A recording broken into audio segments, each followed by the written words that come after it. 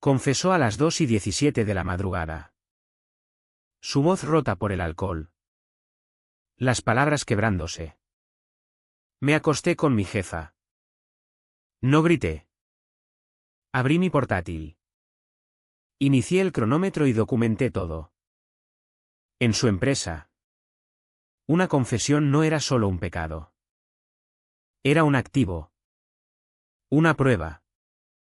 Una cláusula. Un arma. Esa noche aprendí que el dolor es capital si tienes la disciplina para monetizarlo. Me llamo Laura Ardán y tengo 32 años.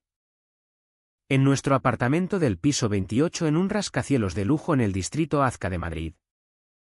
La única luz provenía de las luces LED bajo los armarios de la cocina, proyectando un brillo amarillo frío sobre la encimera de cuarzo. El aire olía a bourbon y a la mentira que por fin moría. Coloqué mi teléfono sobre la superficie fría entre nosotros. Mi pulgar deslizándose con precisión. La app de grabación brillaba en rojo. Era legal en España con el consentimiento de una parte. Algo que había memorizado años atrás como contingencia. Siempre fui de contingencias. Álvaro Cruz. Mi marido de 6 años. No se dio cuenta. Su atención estaba en el hielo derritiéndose en su vaso. Su postura encorvada sobre la isla como si el peso de sus palabras lo aplastara. Su voz. Cuando volvió a hablar. Era un susurro rasposo. Fue Victoria. ¿Mi jefa? El nombre flotó en el aire como una bomba. Victoria Peña. La implacable CEO de Cobalto Horizonte. El gigante fintech donde Álvaro era estrella en ascenso. Vicepresidente de Crecimiento Estratégico. Una mujer cuyo perfil en expansión yo había guardado no por admiración, sino para evaluar amenazas. Ahora era un hecho confirmado. Mi cuerpo permaneció como estatua. Sin jadeo. Sin temblores. El shock fue un dato. Un disparador para el protocolo que había diseñado inconscientemente durante años. Mientras él miraba su vaso viendo su ruina, yo veía un diagrama de flujo. Fue solo una vez. Murmuró. El clásico añadido patético. En la cumbre de Barcelona. Bebimos demasiado los dos. Fue un error. Laura. Un estúpido error imperdonable. Barcelona. Mi mente. Un motor de búsqueda frío. Mientras él hablaba, mis dedos ya se movían en la tablet. Accedí a su calendario compartido. Volví 3 meses atrás. Cumbre de liderazgo en Barcelona. Hotel Majestic. 4 noches. Luego superpuse con las actas públicas de Cobalto Horizonte. Coincidía con reunión del consejo. Seguí buscando. 6 meses atrás. Offsite en Marbella. Hotel Marbella Club. 2 noches. Otra reunión del consejo. 9 meses atrás. Sesión estratégica en Bilbao. Hotel López de Haro. 3 noches. 1 año atrás. Encuentro en San Sebastián. Hotel María Cristina. 4 viajes. 4 hoteles de lujo. 4 reuniones del consejo donde Victoria Peña estaba presente. 4 cenas estratégicas sin otros asistentes listados. Fue solo una vez. Repetí con voz plana. No mostré la tablet. La evidencia no era para él. Era para mí. Él se estremeció, interpretando mi calma como incredulidad o dolor profundo. Empezó a hablar desesperado, te juro. Laura. Haré lo que sea. Terapia. Lo que necesites para recuperar tu confianza. Aquí estaba la abertura. La vulnerabilidad crítica en su defensa. Me ofrecía el arma y suplicaba que la tomara. Lo miré con una máscara de frágil consideración. ¿Terapia? Dije, dejando que la palabra flotara. Dicen que hay que ser completamente honesto. Documentar la verdad para no huir de ella. Hice una pausa, dejando que la lógica calara en su cerebro empapado de alcohol. Creo que ayudaría si lo escribieras todo. Todo lo que me acabas de contar. Un resumen para mí. Para que sepamos que es real. Un punto de partida para el terapeuta. Era el cebo perfecto. Disfrazado de lenguaje de sanación y reconciliación. Le ofrecía la ilusión de control. Un camino a la absolución que yo había pavimentado directamente hacia un callejón sin salida legal. Él levantó la mirada. Ojos enrojecidos pero con un destello patético de esperanza. Vio un salvavidas. No vio el lazo. Soltó un suspiro largo y tembloroso. De alivio profundo. De acuerdo. Asintió con una ansiedad casi nauseabunda. Sí. Si eso te ayuda a confiar en mí otra vez. Lo haré mañana por la mañana. Le ofrecí una sonrisa pequeña y tensa. ¿Me ayuda? Dije con voz suave. Casi un susurro. Cuando oí la puerta del dormitorio cerrarse. Detuve la grabación. El archivo tenía marca de tiempo 2:31. Lo pasé a mi disco duro encriptado. La verdadera arquitectura de nuestro matrimonio. Lo renombré con la frialdad de una taquígrafa judicial, apoyo cláusula conducta grave. Me quedé inmóvil en la cocina silenciosa. El reloj del horno marcaba las 2:33. Cada tic era el metrónomo de un plan que se ejecutaba. En mi mente apareció un tablero blanco estéril. Columnas, activos. Pasivos. Apalancamiento. Bajo activos, grabación audio con marca de tiempo. Confesión escrita inminente. Acuerdo posmatrimonial cláusula 7.3b, infidelidad y conducta grave. Ardán Cruz S.L. 51% control. Laboratorios Brisa Salada 100% mío. Bajo pasivos, solo una palabra por ahora. Álvaro. Bajo apalancamiento, cláusula moral de Cobalto Horizonte sección 4.1. Política de no fraternización. Deber fiduciario. Conflicto de intereses. Programa de alertadores de la CNMV. Posible transacción con parte relacionada no declarada. Luego los nombres, Marta Romero. Mi abogada, no la nuestra. La mía. Comité de Auditoría de Cobalto Horizonte. CNMV.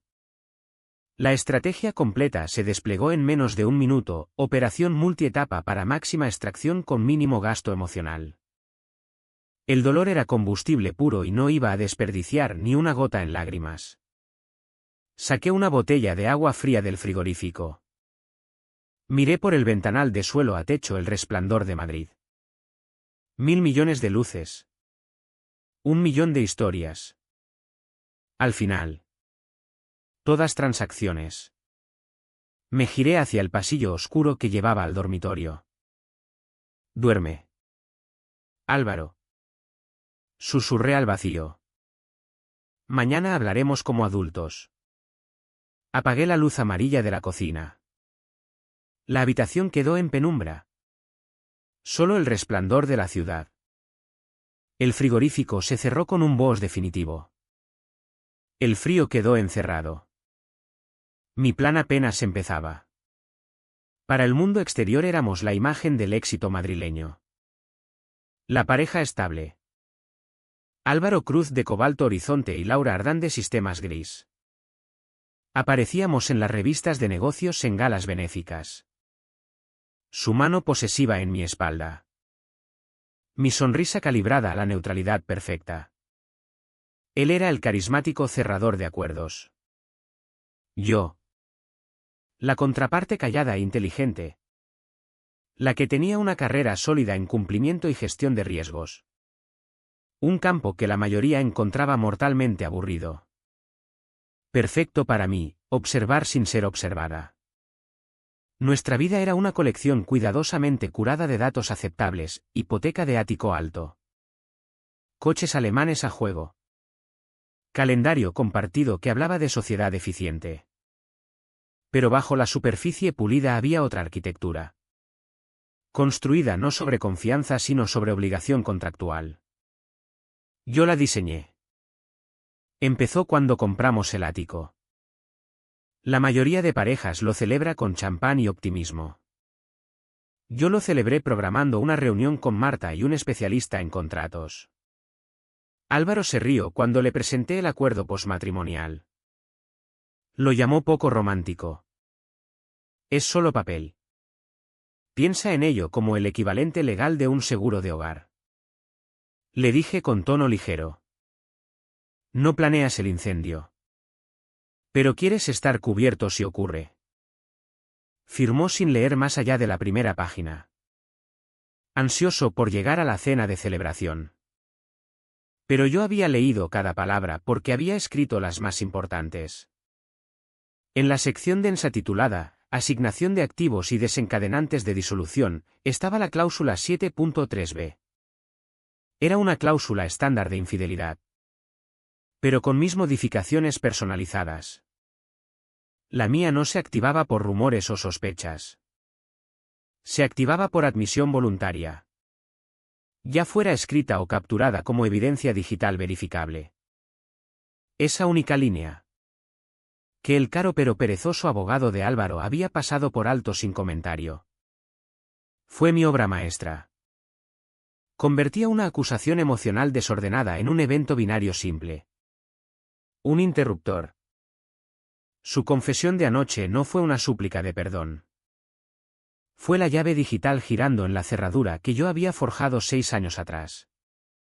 La cláusula era implacable, al activarse. La parte infractora perdía irrevocablemente su derecho sobre todos los activos conjuntos de Ardán Cruz S.L. El ático. La cartera de inversiones. La pequeña colección de arte. Todo.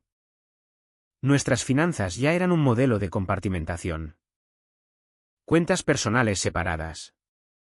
Una decisión que yo había enmarcado como modernidad e independencia matrimonial. Álvaro adoraba la idea. Significaba que nunca veía mis aportaciones metódicas quincenales a una cuenta de ahorro de alto rendimiento que él desconocía. Todos los activos importantes conjuntos estaban en Ardán Cruz S.L. Sonaba a sociedad. Pero era un constructo de control. Cuando registramos la sociedad.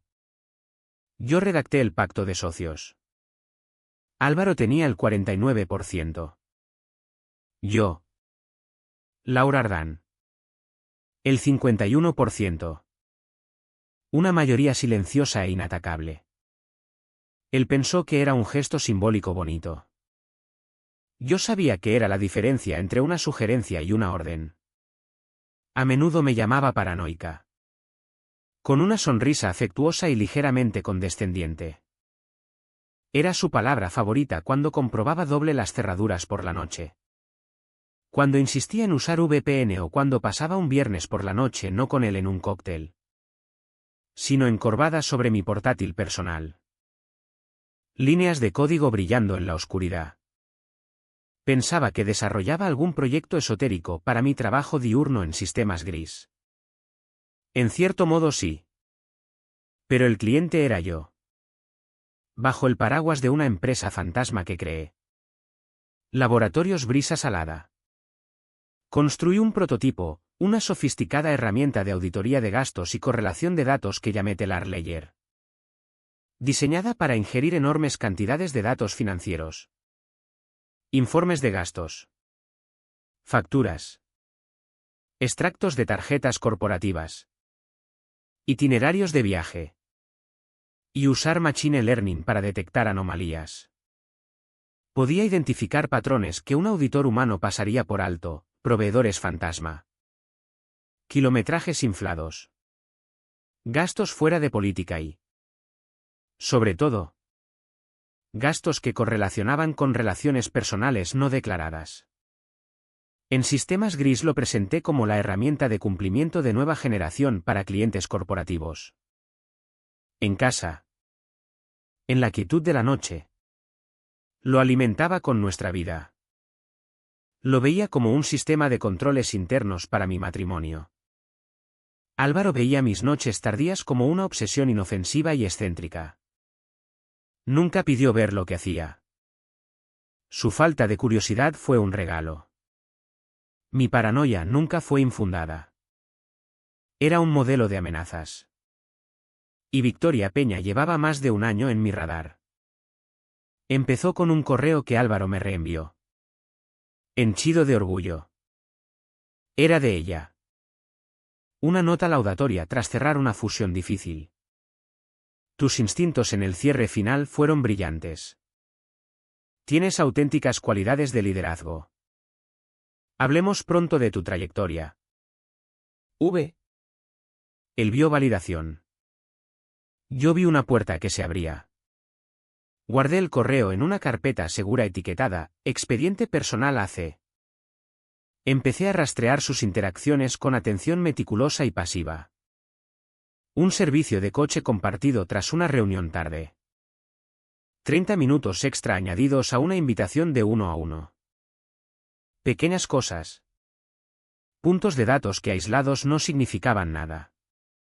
Pero alimentados en telar Ledger junto con informes de gastos y agendas de viaje.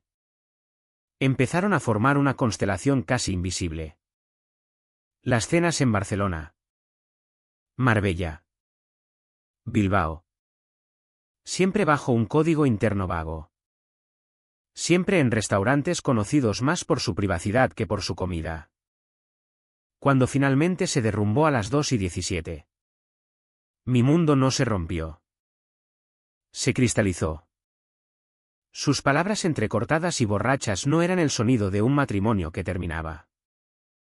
Para mis oídos eran los clics mecánicos satisfactorios de una serie de tambores cayendo en su lugar. La cláusula de conducta del acuerdo postmatrimonial.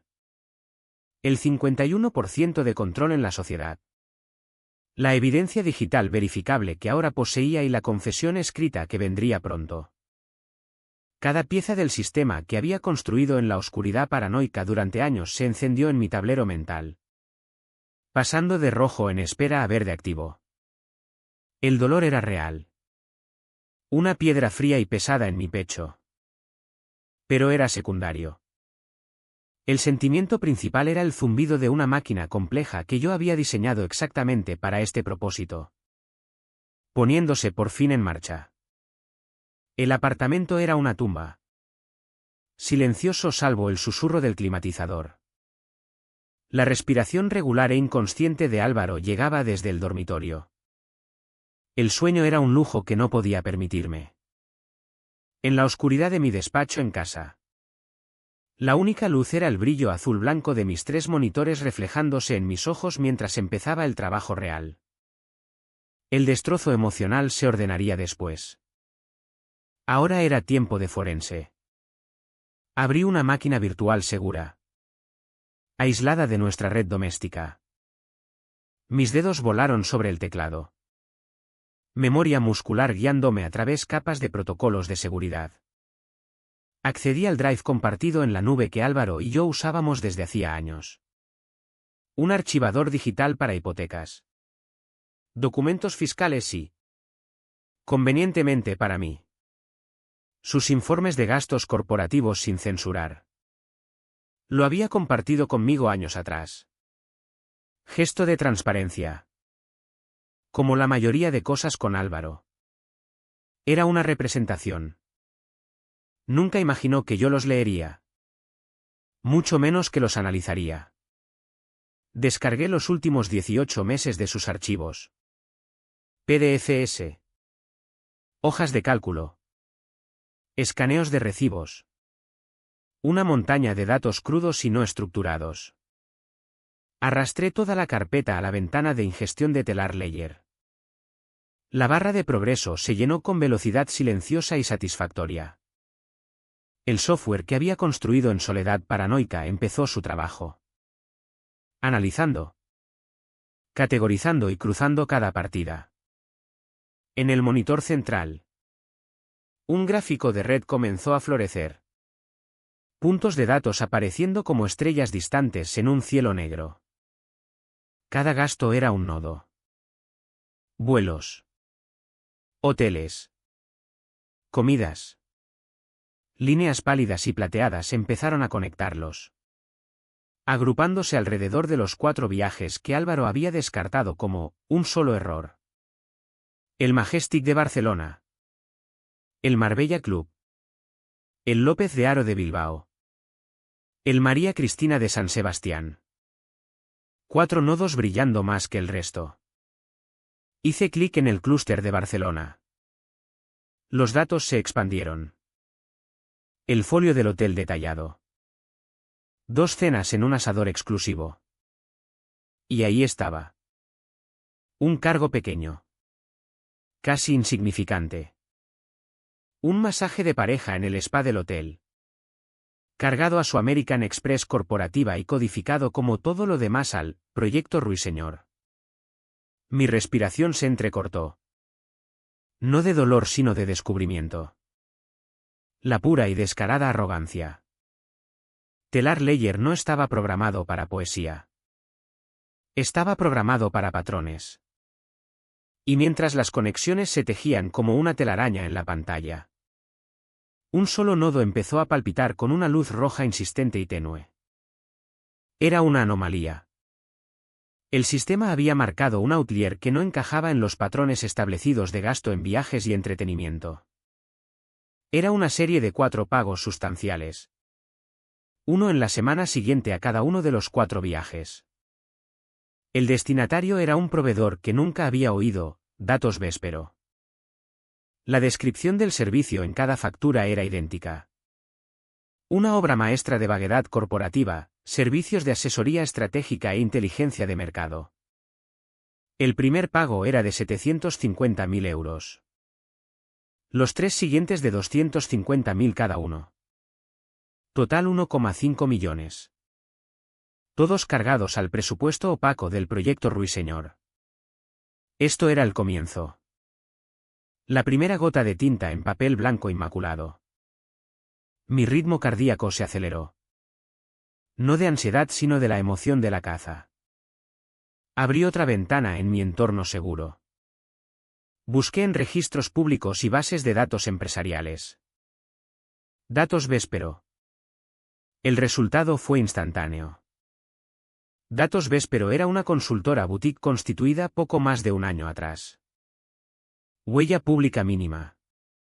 WEL básica. Dirección registrada en un despacho virtual de lujo en el centro.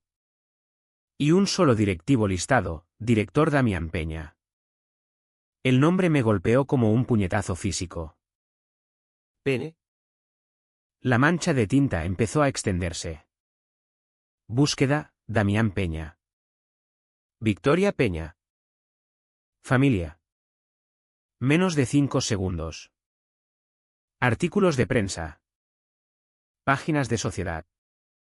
Revista de antiguos alumnos de universidad. Damián Peña era el hermano menor de Victoria Peña. Ex ejecutivo de ventas tecnológicas que había montado su propio negocio. El punto ya no era un punto. Era una mancha sangrante que se extendía rápidamente. Cobalto Horizonte estaba pagando millones de euros al hermano de la CEO desde un fondo discrecional que además financiaba la aventura de mi marido con ella. Volví a Telar Layer. Mi mente corría, conectando puntos más rápido de lo que el software podía renderizar. Crucé la fecha de constitución de Datos Véspero con el calendario de Álvaro. La empresa se fundó exactamente 2 semanas después del offsite en Marbella. Consulté la base pública de adjudicaciones de contratos de Cobalto Horizonte. Datos Véspero recibió su primer contrato marco solo 3 días después de que Álvaro y Victoria regresaran de la cumbre de Barcelona. La que él juraba que fue, solo una vez. Mis manos estaban frías pero firmes. Ya no era una esposa. Era una auditora. Una investigadora forense siguiendo un rastro de dinero sucio. Creé un nuevo archivo encriptado en mi disco. Una línea de tiempo. El texto apareció en pantalla. Crudo y clínico como un informe de autopsia. Registro de eventos. Código Ruiseñor. Rango, 18 meses atrás, presente. Sujeto A, Álvaro Cruz. VP Crecimiento estratégico. Cobalto Horizonte. Sujeto B, Victoria Peña. CEO. Cobalto Horizonte. Ítem 1 o 0, patrón de viajes establecido. 4 viajes clave coincidentes con reuniones del Consejo a las que asistía sujeto B. Ítem 1.1, gastos de dichos viajes. Incluidos hoteles de lujo. Cenas privadas y servicios personales, recibo spa apéndice A. Codificados al proyecto Ruiseñor. Ítem 2, proveedor datos Véspero. Director Damián Peña. Hermano de sujeto B. Incorporado 3 días después del viaje a Barcelona. Ítem 2.1, datos Véspero recibió pagos totalizando 1,5 millones de euros desde el presupuesto de Ruiseñor en 12 meses. Sujeto A era firmante clave de los gastos de Ruiseñor. Ítem 3.0, conclusión preliminar. Relación personal no declarada entre sujeto A y sujeto B correlaciona directamente con adjudicaciones de contratos de alto valor no competitivos a familiar de sujeto B. Constituyendo grave conflicto de intereses. Posible incumplimiento de deber fiduciario y despilfarro corporativo. Me recosté. Mis ojos recorriendo la lógica fría y dura que había trazado. En una sola línea al final del documento añadí una nota para mí. Resumen de las violaciones, ética y relación no declarada y conflicto de intereses. Esto era mucho más que una aventura. Ahora era un caso federal escondido a plena vista. Abrí otra ventana y navegué a la web de la CNMV. Sección de alertadores. Leí las instrucciones. Las promesas de anonimato y recompensa financiera. Abrí un nuevo documento en blanco. Empecé a escribir un borrador. Despojando toda emoción. Toda conexión personal. Era una narración factual fría. Exponiendo la línea de tiempo. El código de proyecto. Los nombres y el dinero. Era anónima. Pero contenía suficiente detalle específico y verificable como para que cualquier investigador competente no pudiera ignorarla. Era un torpedo corporativo. Armado y listo. Tenía el expediente del caso.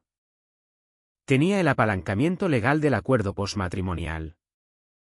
Tenía la grabación de audio. Tenía un arma para cada frente. Pero todavía necesitaba la mecha. La única pieza de evidencia que detonaría todo de golpe. Irrevocablemente y en mis términos. Miré el reloj del monitor. 5:47 de la madrugada. Los primeros tonos grises empezaban a suavizar el cielo negro sobre Madrid. Pronto Álvaro se despertaría. Estaría resacoso. Lleno de autodesprecio y una esperanza patética y desesperada de redención. Y entraría en la cocina. Se sentaría frente a su portátil y me escribiría su disculpa. Pensaba que escribiría una súplica de perdón. En realidad estaría redactando una confesión firmada y con marca de tiempo que serviría como el último y perfecto exhibido en la demolición completa y total de su vida. Y de la de Victoria. Guardé mi trabajo. Cerré la máquina virtual y esperé. Todo el mecanismo intrincado estaba preparado. Solo necesitaba su firma. El correo llegó a las 8:03 de la mañana. La notificación sonó suavemente en mi portátil. Un sonido plácido y ordinario que ocultaba la finalidad de su contenido. Ya estaba sentada en mi escritorio. Una taza de café negro humeando a mi lado. La luz de la mañana cortando líneas afiladas en el suelo de madera. Había estado esperando. Álvaro estaba en la ducha. El sonido del agua. Un torrente lejano. Lavando nada. El asunto estaba vacío. El cuerpo era brutalmente conciso. Me acosté con Victoria. Lo siento. Ocurrió más de una vez. No era una disculpa. Era un instrumento legal. Una confesión notariada entregada directamente a mi bandeja de entrada con marca de tiempo verificable. Era el exhibido A. Mis dedos se movieron con la precisión desapegada de un cirujano. Copié el texto del mensaje. Abrí un nuevo borrador dirigido a Marta Romero. Mi comunicación con Marta siempre era eficiente. Despojada de cortesías. Asunto, hipotético. Validez legal de admisión. En el cuerpo pegué el texto. Eliminé el nombre de Álvaro, reemplazándolo por parte A. El de Victoria por parte B superior. Añadí ninguna contextualización. Ninguna historia. Simplemente pregunté, asumiendo un contrato laboral corporativo estándar y un acuerdo postmatrimonial preexistente con cláusula de conducta grave. ¿Cuál es la exposición legal aquí? Envié. Luego guardé un PDF prístino del correo original de Álvaro. Completo con cabecera que mostraba su nombre. Dirección de correo. Hora exacta de envío e IP de nuestra red doméstica. Lo nombré, evento desencadenante confirmado, PDF, y lo moví al disco encriptado. Menos de 10 minutos después llegó la respuesta de Marta. Exactamente lo que esperaba. Una serie de puntos fríos y duros. Contrato laboral de Cobalto Horizonte. Esta admisión constituye violación prima facie de al menos dos disposiciones clave. Cláusula moral sección 11.2. Prohíbe conducta que perjudique la reputación de la empresa o cree riesgo reputacional. Una relación entre VP y CEO es la definición del libro de texto. Política de no fraternización. Sección 6.4. Requiere explícitamente declarar cualquier relación romántica o sexual con persona en línea de reporte directa o indirecta. El incumplimiento es causa de despido inmediato. Consecuencias: despido por causa anula cualquier derecho a indemnización. Además activa probablemente la cláusula de clawback sobre todas las RS1 consolidadas y una parte significativa de las consolidadas. Según su última concesión, representa una pérdida preimpuestos de aproximadamente 1,2 millones de euros para él. Acuerdo postmatrimonial. Tu cláusula personalizada 7.3b está ahora activa. La condición precedente de admisión digital verificable de conducta grave se ha cumplido inequívocamente. Podemos presentar la moción para ejecutar la transferencia de activos inmediatamente. El correo es la única evidencia que necesitamos. Cerré el correo de Marta. La arquitectura financiera de la vida de Álvaro. Y por extensión el reinado corporativo de Victoria. Empezaba a desmoronarse. El correo era la carga de demolición y Marta acababa de confirmar que estaba activa. Ahora era momento de encender las mechas. Abrí de nuevo mi máquina virtual segura. La operación sería tripartita, ataque coordinado en 3 frentes: interno corporativo, federal y financiero personal. Cada uno requería herramientas diferentes. Nivel diferente de anonimato. Primero, el frente interno, Comité de Ética de Cobalto Horizonte. El anonimato era crucial. No quería que descartaran la denuncia como obra de una esposa despechada. Quería que la vieran como una crisis legítima de gobierno corporativo. Redacté un nuevo correo desde una cuenta ProtonMail que había creado años atrás exactamente para esta contingencia. Dirección anónima, integridad-corp@proton.me. Asunto diseñado para saltar filtros de spam y aterrizar en la bandeja del presidente del comité de auditoría. Un hombre que por los registros públicos era un obseso de los procedimientos. Urgente. Posible violación reglamento CNMV 13B2 y código de conducta de la compañía. El cuerpo era breve y profesional. Declaraba que era un empleado con conocimiento de un conflicto de intereses significativo no declarado que involucraba liderazgo ejecutivo senior y un proveedor de alto valor. Mencionaba el proyecto Ruiseñor por nombre. Mencionaba datos Véspero por nombre. Mencionaba pagos superiores a 1 millón de euros. Adjunté 3 documentos. El primero. La línea de tiempo que había creado durante la noche. Con nombres de Álvaro y Victoria reemplazados por VP Senior y CEO. El segundo. PDF de los documentos de constitución de datos Véspero destacando el nombre de Damián Peña.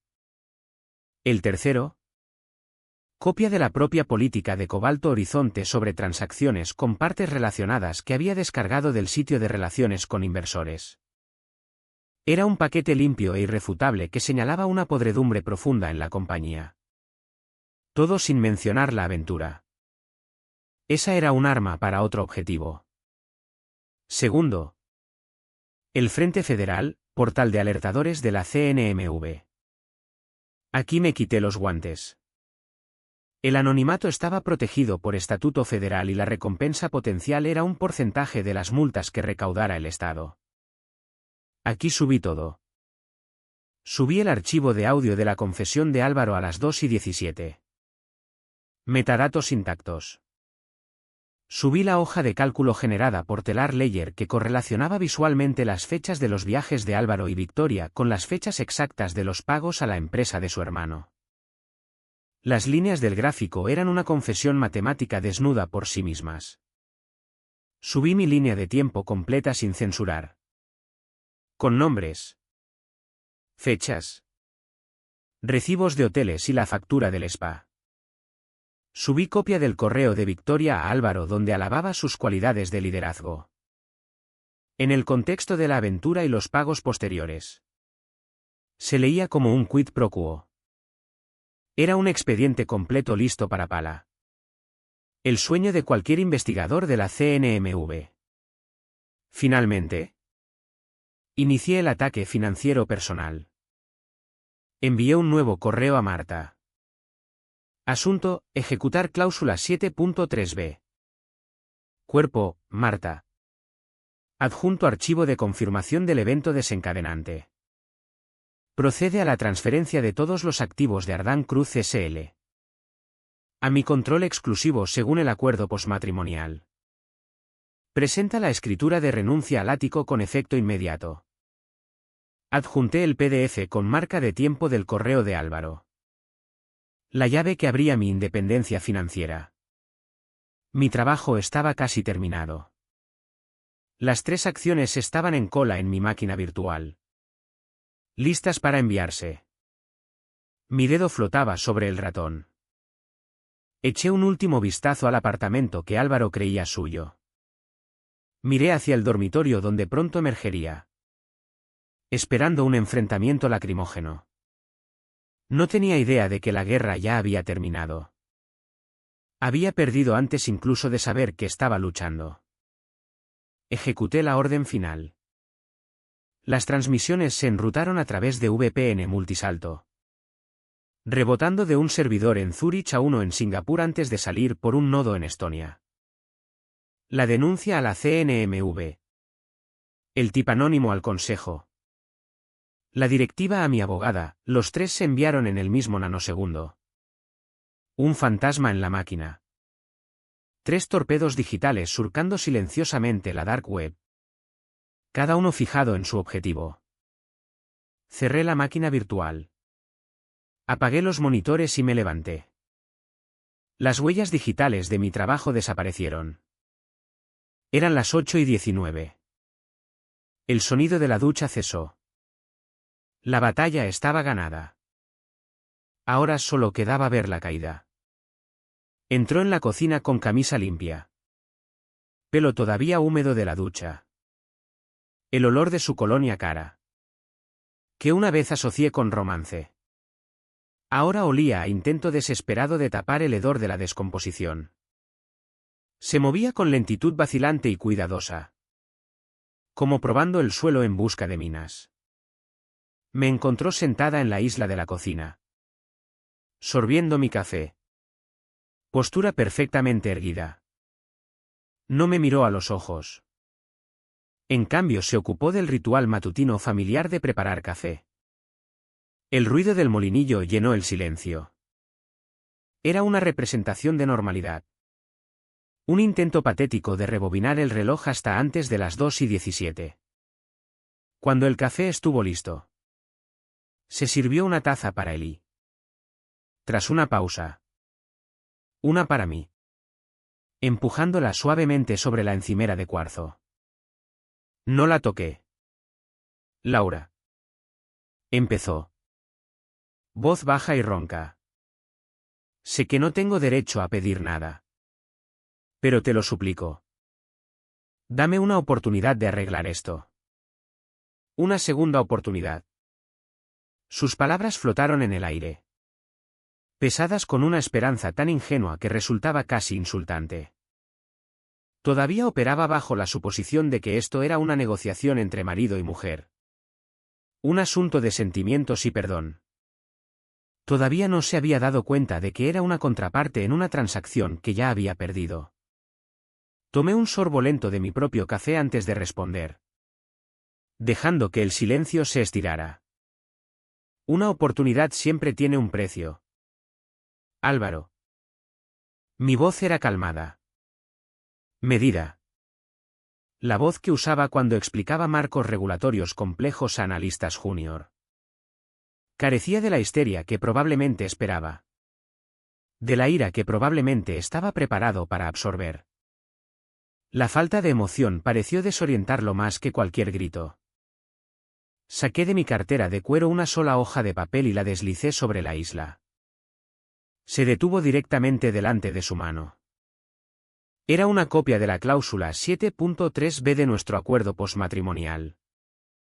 La sección sobre conducta grave. Había resaltado en amarillo las frases clave: confesión voluntaria, evidencia digital verificable, irrevocablemente perdido. Él miró la página. Vi cómo el color abandonaba su rostro mientras leía las palabras. Probablemente por primera vez. Vi sus nudillos blanquearse al apretar la taza de café. Su mano. La misma que había firmado este documento sin pensarlo 2 veces. Empezó a temblar. El hombre suave y confiado con el que me había casado había desaparecido.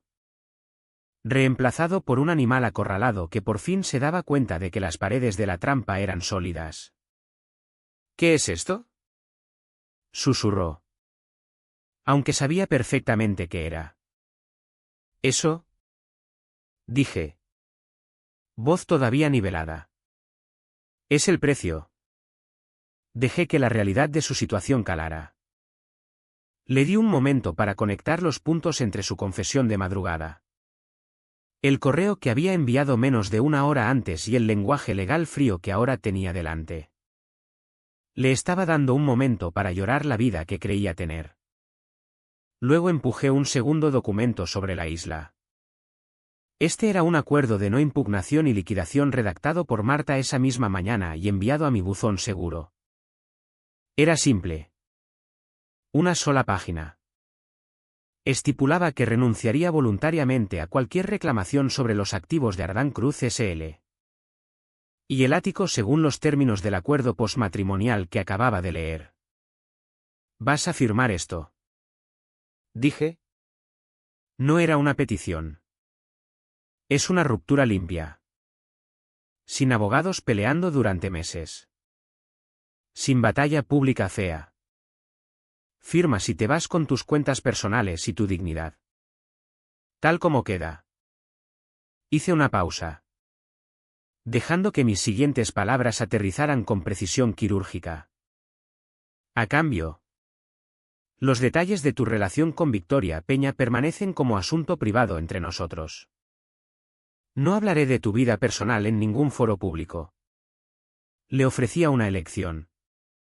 Pero era la ilusión de una. Por un lado, podía perderlo todo y ser humillado públicamente. Por el otro, podía perderlo todo y que le permitieran desvanecerse en silencio. Miró los papeles. Su mente claramente luchando por procesar la velocidad y brutalidad de su caída. Levantó la vista hacia mí. Ojos muy abiertos con una mezcla de incredulidad y un horrorizado respeto que empezaba a amanecer. Lo planeaste todo. Respiró. Planeé contingencias. Lo corregí. Tú eras una contingencia.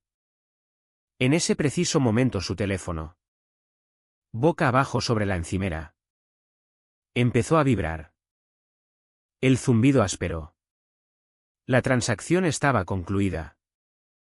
No quedaba nada que decir.